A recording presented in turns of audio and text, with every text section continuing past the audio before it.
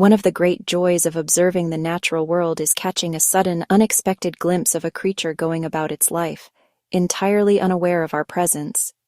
And few sights are as electrifying as the fleeting flash of a fox. It might be a whisper of russet fur disappearing into a hedgerow at twilight, or maybe the bright, intelligent eyes peering out from the edge of a forest. For a moment, it's like the world seems to hold its breath. These animals move with a silent, fluid grace that can thrive right on our own doorsteps, from the deepest countryside to the heart of our bustling cities.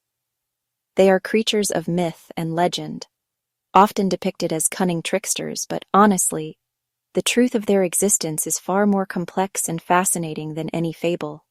Their ability to live alongside us, yet remain so fundamentally wild, is a testament to their remarkable intelligence and adaptability. So what exactly makes a fox a fox? At first glance, they look rather like a small, elegant dog, and for good reason. Foxes belong to the Canidae family, wolves, jackals, domestic dogs. However, they occupy a unique branch on the family tree, true foxes, the tribe Vulpini. This distinction is important. They possess a suite of characteristics that set them apart. Their appearance speaks of stealth and agility, a form honed for a nimble, opportunistic hunter, not a pack-running pursuit predator like the wolf. The most defining features are immediately recognizable. Look at that face, long, slender snout, sharp, delicate teeth for seizing small prey. Their eyes are another marvel, vertical, slit-like pupils like a cat. This gives them superb low-light vision, most active during dawn and dusk. Together, these traits create a creature built for quiet observation and sudden action. Then there's the tail. The tail, or brush, is long, thick, and bushy, often over a third of body length. It's a superb counterbalance for sharp turns at speed. In cold weather, it becomes a warm, insulating blanket. It's also a communication tool. Posture and movement convey messages.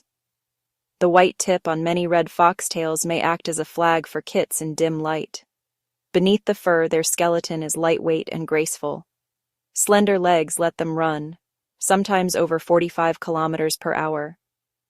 While the familiar red fox may be the most widespread, the fox family is a wonderfully diverse and global tapestry, with different species adapted to an incredible array of environments across our planet. There are over a dozen species of true foxes in the genus Vulpes, and many more animals we call foxes that belong to other related groups. Each one is a unique and beautiful variation on the fox theme, shaped by the specific pressures and opportunities of its homeland. This evolutionary branching has resulted in a spectacular range of sizes, colors, behaviors, each a perfect solution to the challenge of survival in a particular corner of the world. Perhaps the most famous of all is the red fox, Vulpes vulpes. This remarkable creature is the most widely distributed carnivore on Earth, found across the entire northern hemisphere, North America, Europe, Asia, parts of North Africa. They thrive in forests, grasslands, mountains, deserts, and they've become masters of urban living.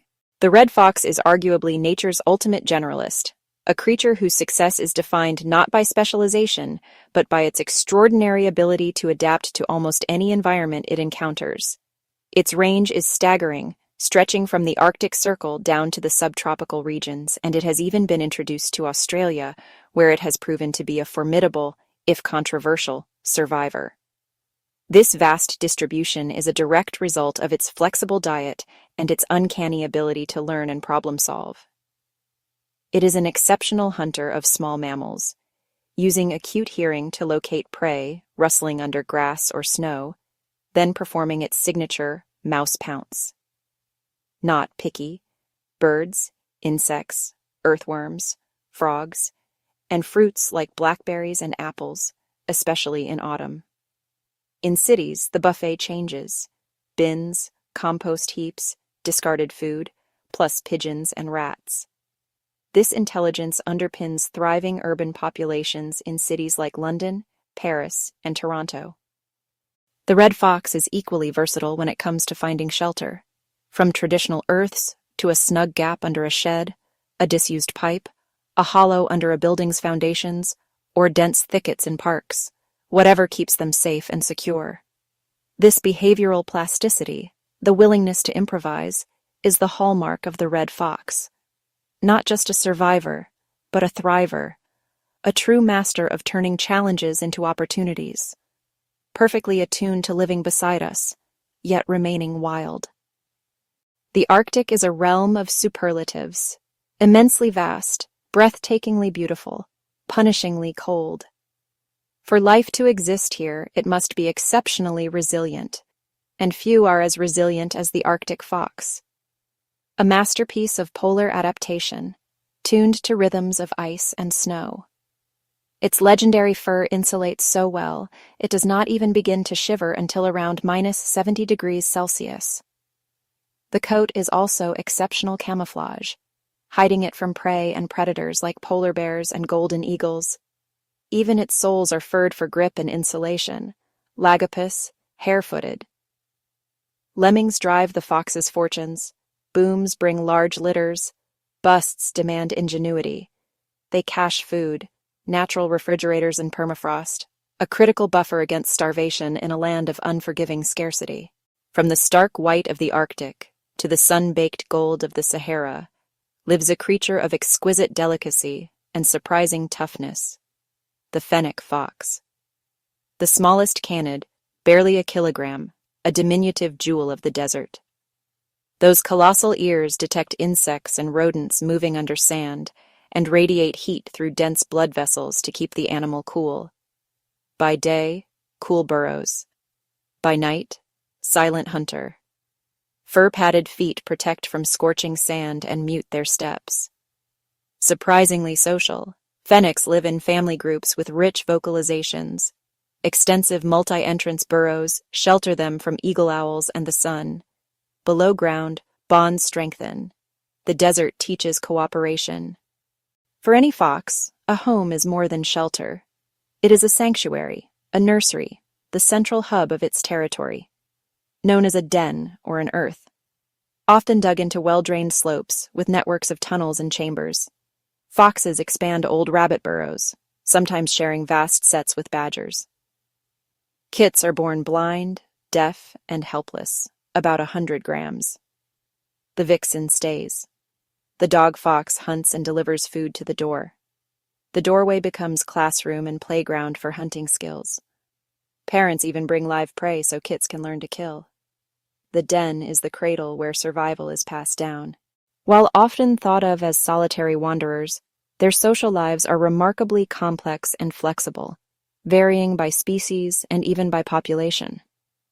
Not rigid like wolves, fox society is fluid and responsive. Solitary where food is scarce, cooperative where resources are rich. Groups often include a breeding pair and helper daughters. They communicate with yaps, barks, growls, and the vixen's winter scream. Body language, tail, ears, face, signals dominance, submission, aggression, play. Scent maps the land with identity, status, and readiness to breed. A mark can deter rivals or invite a mate. These subtle signals manage relationships over time and distance. Communication is the glue of fox society. To witness a fox on the hunt is to see a symphony of senses. They are not creatures of brute force, but of finesse, stealth, supreme awareness. The hunt begins with sound. They hear mice beneath snow, insects deep in grass. They pinpoint hidden prey with astonishing accuracy. Locate, freeze, listen, then leap in a graceful arc, coming down from above to pin with precision. Remarkably, red foxes often pounce in a northeasterly direction, possibly using Earth's magnetic field, a sixth sense for judging distance. Their sense of smell tracks prey and deciphers social messages.